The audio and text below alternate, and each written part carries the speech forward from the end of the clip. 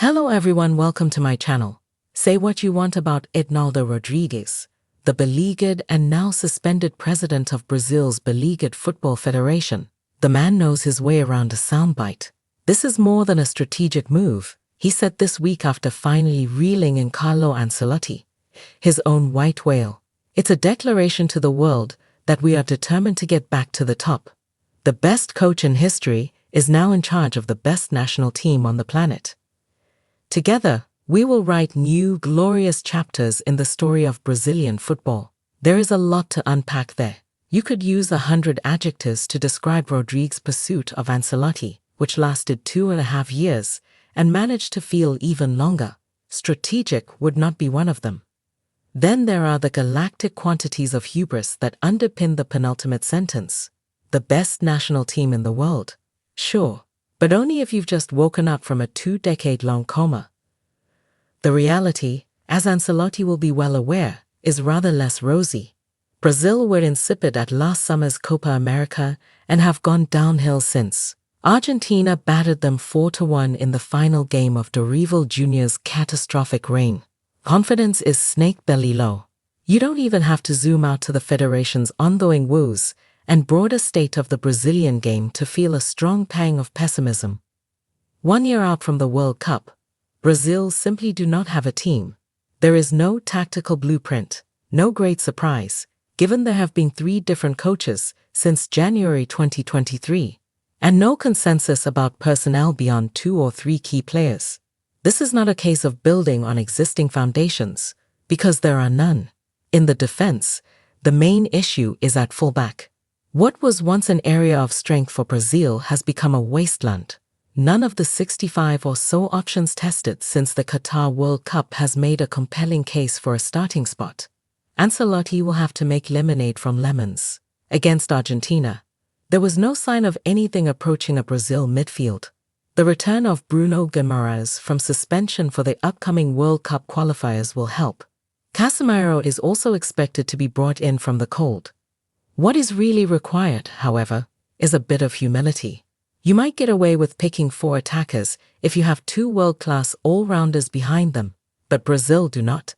Ancelotti, ironically, has spent much of this season picking 4 attackers for Real Madrid and being criticized for it. Things are complicated further by the fact that 2 of them, Vinicius Jr. and Rodrigo, have yet to put together a compelling body of work at international level. Can Ancelotti unlock their potential, as he did in Spain? Will he have the authority to drop one of them if he deems it prudent? There is an elephant in the room here too. Neymar may not be fit enough to make Ancelotti's first squad, but he is still seen as the big kahuna in the Brazil setup despite his waning relevance in club football. Even assuming he still has something to contribute, his presence would raise questions about the direction of travel. Neymar has not just been Brazil's best player since his debut in 2010.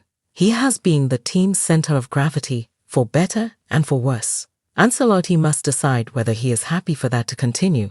These are not minor conundrums. Ancelotti must solve them at speed and under intense scrutiny. It is often said of football-mad countries that every citizen is a wannabe national team manager. Nowhere, though, is the effect as strong as it is in Brazil. 212 million people can make a lot of noise, especially when a World Cup is looming. If Ancelotti was after some respite after his second spell in the Madrid hothouse, he should probably have gone to Saudi Arabia instead. The good thing, when it comes to Ancelotti and Brazil, is that Rodrigues is pretty much alone in his starry-eyed optimism. There is a level of excitement, sure, but it is tempered by an appreciation of the circumstances. Ideally, Ancelotti would have arrived much earlier. He would have had longer to form a side, but also longer to share his expertise beyond the playing squad, to create a culture of excellence, to shape the Brazilian game more broadly. Instead, there is already a sense of opportunity wasted. The federation has placed all of its chips on World Cup success. Ancelotti's contract ends after the tournament. That this is par for the course for Brazilian football doesn't make it any less galling. It's a poverty of vision, a repetition of old mistakes, wrote Carlos Eduardo Mansa in newspaper O Globo, later expanding upon that idea in his column for Globo Sport. Winning the World Cup would be the validation of the cult of the short term, of improvisation, of contempt for projects, reinforcing the idea that work should be judged by results, not by how they were achieved. Damned if you do, damned if you don't. Such are the contradictions of the Brazilian game. This is what Ancelotti is walking into.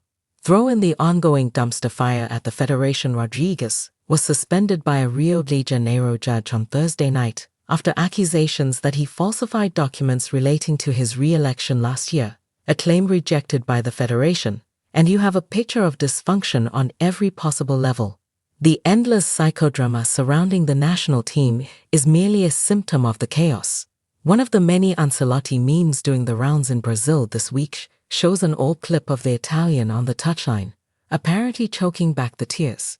The caption, the joke, is that this is what he'll look like when he's forced to immerse himself in Brazilian domestic football, with its half-empty stadiums, scrubland turf, laughable refereeing, strategic short-sightedness, and crushing sense of ennui.